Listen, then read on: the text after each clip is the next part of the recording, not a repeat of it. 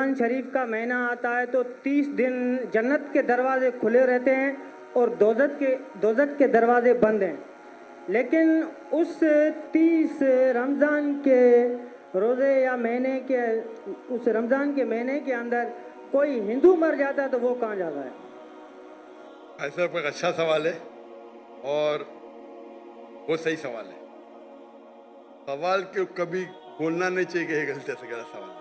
غلط ہے تو ثابت کرنا چاہیے. بھائی صاحب کئی سوال ہے اور یہ کوٹ کر رہے حدیث کی، اور کئی حدیث ہے اللہ کے رسول کی بخاری میں اور باقی حدیث کہ رمضان میں اللہ سبحانہ و تعالیٰ جنت کے دروازے کھولتا ہے اور دوزخ کے دروازے بند ہوتے ہیں. بھائی صاحب نے ایک حدیث بولنے بھول گئے کہ شیطان بھی قید رہتے ہیں.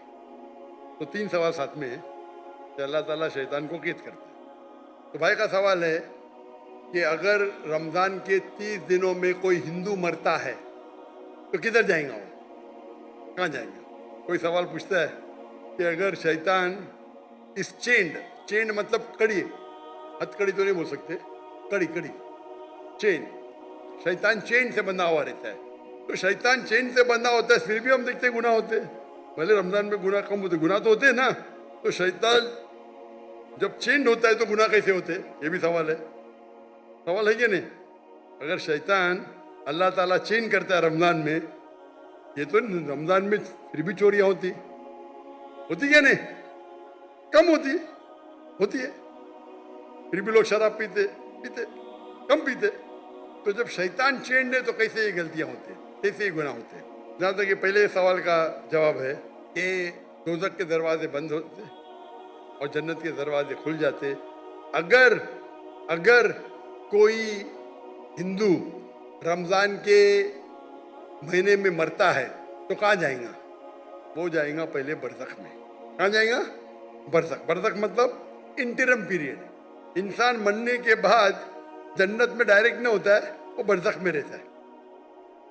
بعد میں حشر کے میدان میں کب اٹھائے جائیں گے، حساب کتاب ہوئیں گا. فائنل سورہ عمران سورہ نمبر 3 آیت number 185. The final recompense is on the day of judgment. کل نفس ذائقۃ الموت، ہر نفس کی موت ہوئی. آخری حساب کتاب ہوئیں گا فائنل کبھی آن دا ڈے آف ججمنٹ، قیامت کے دن پہ.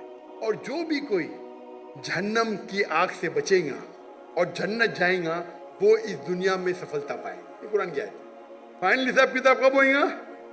یوم القیامہ. ادھر نہیں.